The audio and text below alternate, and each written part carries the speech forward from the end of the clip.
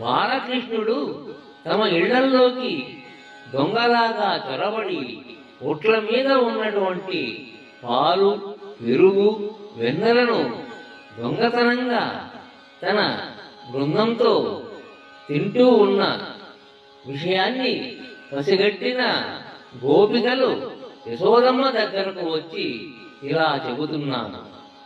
ఓయమ్మ, నీ కుమారుడు మా ఇండ్లను పాలు పెరుగు మననీడమ్మా.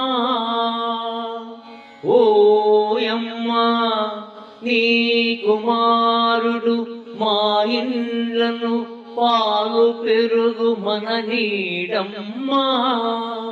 ఓయదమెక్కడికైనను, ఓయదమెక్కడికైనను మాయన్నల సురభురాన మంజులవాణి.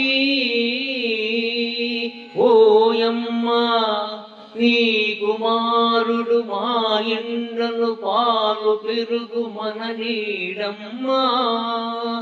ఓయదమెక్కడికైనను మాయన్నల సురభురాన మంజులవాణి.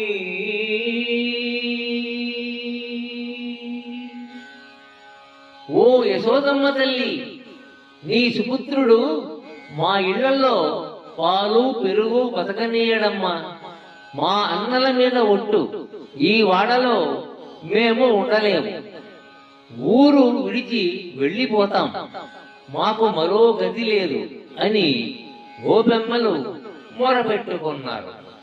అన్నల మీద ఆన, ఎక్కడికి పోతారు?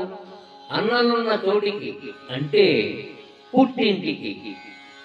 ఏమున్నది ఈ పద్యంలో? ఓయమ్మ, నీ కుమారుడు అని ఎత్తుకోవడంలోనే ఉంది. పోతన సంభాషణా శైలిని అవసరమైన చోట అనువుగా వాడుకుంటాడు అని చెప్పడానికి ఇది ఒక ఉదాహరణ.